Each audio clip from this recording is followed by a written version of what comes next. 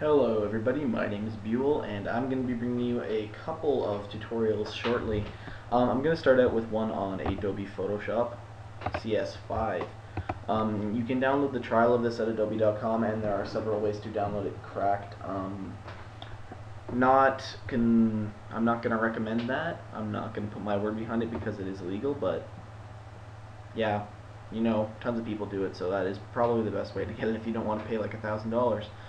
But I'm going to keep my trial for now until I get my new computer, and then I'm going to, I'm going to re-download it and get the full version. I'm not going to say how because that's illegal, and people that are good don't do illegal things. Anyways, yeah, I'm completely bullshitting you guys. I downloaded it cracked several times before, so hopefully the, Canadian CIA, I don't even know what the hell their name would be, it doesn't show up at my house and be like, you've been pirating software for the last 6 years of your life.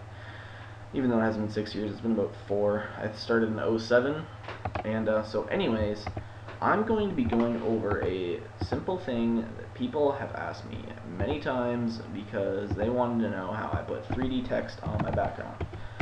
Usually I would use a program called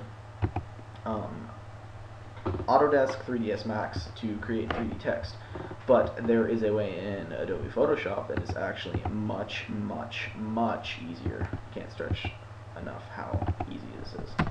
So I'm just going to create a couple of new layers, and for those of you who don't know, your hotkeys for creating a new layer are Control-Shift-N, and I'm just going to make my background layer transparent, and I'm going to make some text on this new layer here as soon as my computer doesn't decide to be like a Mexican and move very slowly. Okay, no offense there, Trigger. Actually, no, there was a lot of offense in there. And you know I love you, but anyway. You're probably not even going to watch this. So for those of you who don't know, I make fun of Trigger for being Mexican, and so does just about everybody else. It's not actually being racist, it's just a little fun we have in SP. So I'm going to make some size 50 font, I guess, and we'll make it just called 3D text.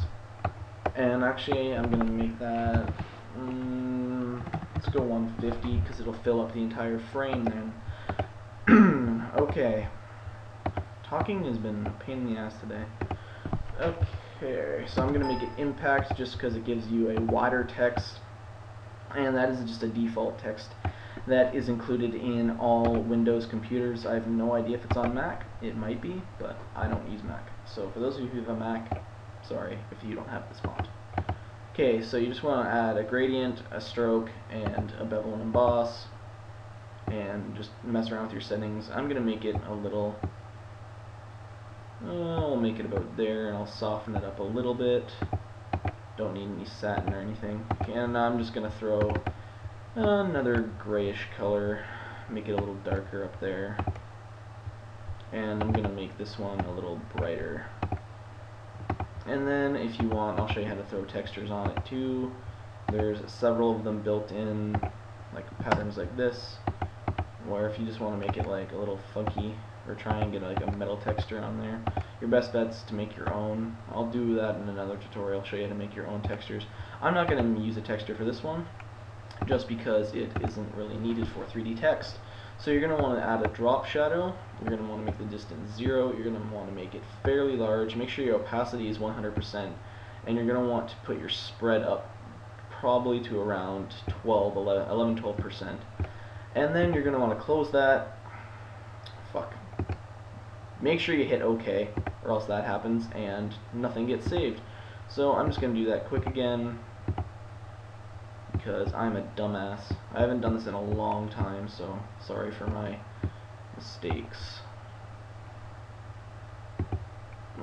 Okay, I'm not going to make that black any brighter. I'm just going to throw the dark gray.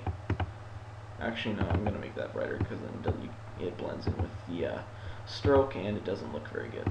Okay, so now that I have my base layer down, you're going to want to duplicate it, and you're going to want to have your move tool selected and just hit right on your keypad once, and then just do that repeatedly, and you'll notice that a 3D text starts to form.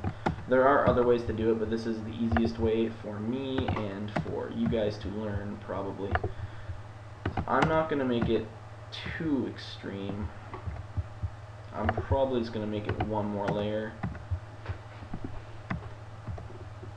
Okay, now that we got that, you're going to want to go down to your first layer there.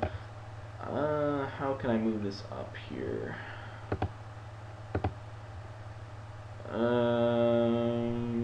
I think I can just try and get that in there. There we are.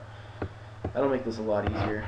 So then you're just going to want to disable your drop shadows on these, just so your shadows don't get completely overwhelming in this, and that way you just have a couple of the shadows. You really just want one on the top 3D layer and on the bottom 3D layer.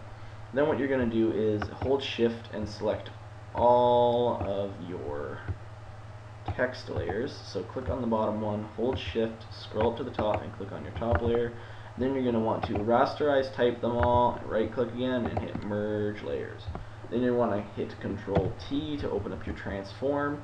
Then you're going to want to hold Control again and just drag this box up and bring the text out of the page. And as you'll see, it gives it a nice 3D effect.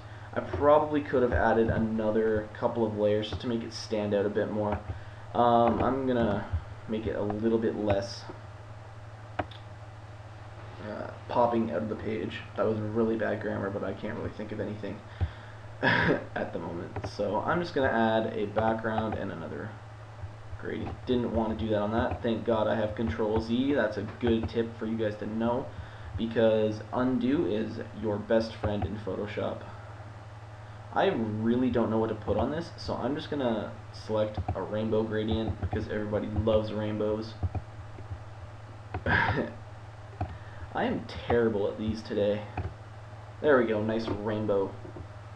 So anyway, you can see that it stands out a lot against that, and it just adds a nice effect to your whatever you're applying this to. Probably the most common will be if you're making a YouTube background and you want to put just your gamer tag or like your YouTube name on. This is probably one of the best ways to make it stand out on your channel. And I used this in the background I made for Veteranship a long time ago, probably like 5 months ago now actually. It was, actually no, it wasn't that long ago. It was probably just after Christmas because I was still playing Black Ops at the time. And it was right before I quit Black Ops, I think. Anyways, so when I get my new PC next week, I will be doing a lot more of these, and I won't have to use Hypercam, and my computer won't suck complete and total ballsack. So, my name is Bewell, and I will see you guys in another tutorial.